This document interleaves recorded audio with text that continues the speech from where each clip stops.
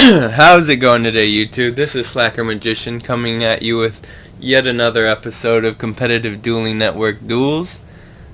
We have Durban Dragon, one of my favorite duelists on here in the blue, playing Bujin, against Gary90 in the red, playing Infernity.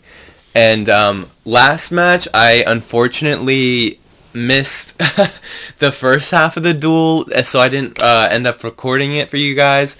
But the end of the duel was so funny. Basically, the Infernity player reduced Durban Dragon down to 400 life points just by beating on him with Dark Refer, because he reduced him to 0 cards.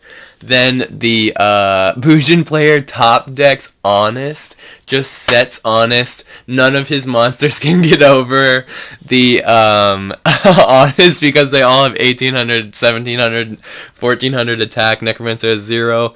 And then next turn, you think that, okay, he's got Dark Refer, and then he's gonna get make Gaga Cowboy. He flips over Vanity's Emptiness, and the Infernity player could not get over the Honest forever, and the Kaiser made his breaks dead because he started having cards in hand, but he finally drew the Mind Control and just attacked for game.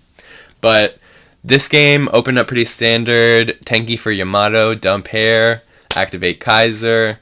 The Armageddonite is going to send Eris to the graveyard. Did he already add Archfiend or Palabyrinth? I would think that he would probably add Palabyrinth, because you normally open up Archfiend, but then again, that could be why he sent the Eris to the graveyard, because he didn't open up Archfiend, which is rare. So this Infernity player, I can already tell, didn't open up well. Plus, that Kaiser Coliseum is a pain in the ass, and looks like he's going to go in for heavy damage. And I would guess that he's going to exceed with these two at the end of the turn, just because he doesn't want the Infernity player to be able to get more than one monster on board, even though Yamato Mikazuchi is just like an advantage for days. Yeah, he's going to exceed someone with them. He could summon Kagutsuchi, but he still might just go for Susan. Oh no, he's going for Kagutsuchi. If you can, then why not, right? Let's see if he hits anything good. That's one. That's not one. That is not useful either. There we go. Now we're talking. 2 and Turtle can actually do something, unlike Mikazuchi. Was that only 5? Was that 5 or 4? Alright, so he gets 2 counters and a Turtle for free, putting him at 2700. Can prevent himself from being destroyed. So Greffer is going to discard something to dump something else. To be honest, I think that the Bujin player already has this match locked up. He cannot seize summon with this Kaiser on the field. Infernity main deck 3 MST, and his MSTs are apparently not in hand, or he would have burned it already, I can tell you that much. And he just ends turn because the Kaiser is too powerful.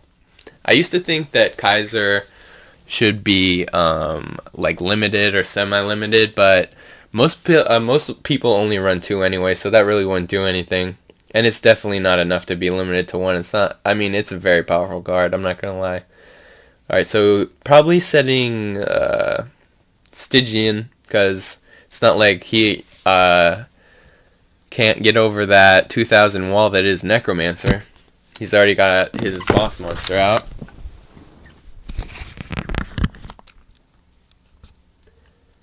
And hopefully Dinotherium. He's just trying to get as many monsters out of his hand as possible so he can start going off. Although he cannot start going off, I guess the real thing is what's happening is that he's just waiting for that MST. And the thing about Kaiser is, since he only has 1 monster on board, he can only make 1 attack per turn, meaning that he's not going to be able to do any damage. Setting the Archfiend. Now that is desperation. Come on, draw the MST. I'm trying to think of anything else that could get him out of this situation besides MST, because Break cannot. Okay, he's doing the extra deck. He might have finally drawn the MST. Let's see what happens. Or he might just be scooping. Now he went scoop at this point because it's not like the, okay, Summoner Monk. It's not like he can use his effect, but maybe he has MST? Yep, he drew the MST. Thank God. I hate to see Infernity flailing in the wind like that, just like being shut down by one card. Please tell me he doesn't have like a Black Horn of Heaven or something like that. Of Vanity's Emptiness, even worse. This is terrible. This is just terrible for our Infernity player, folks. He kept going -1 every turn he was setting monsters. The Bujin player just kept drawing. Well, he wasn't going -1, but he wasn't getting any advantage either, and the Bujin player was. Even with that, oh my goodness, even with that Kaiser gone, that Vanity is another just stab in the side to the Infernity player. He probably main decks both of those too. It wasn't actually. I saw game 1. He had both. He had Vanity's Emptiness and the. I've seen Vanity's Emptiness backfire on so many people while I've been narrating these duels.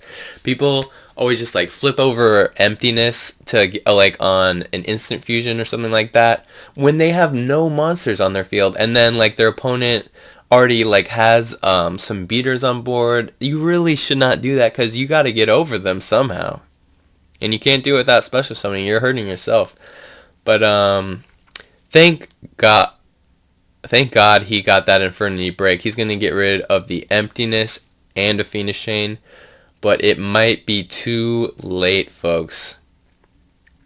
He has just lost too much advantage. He has too little life points. He just lost his last trap, which better have been a Mirror Force won't even help.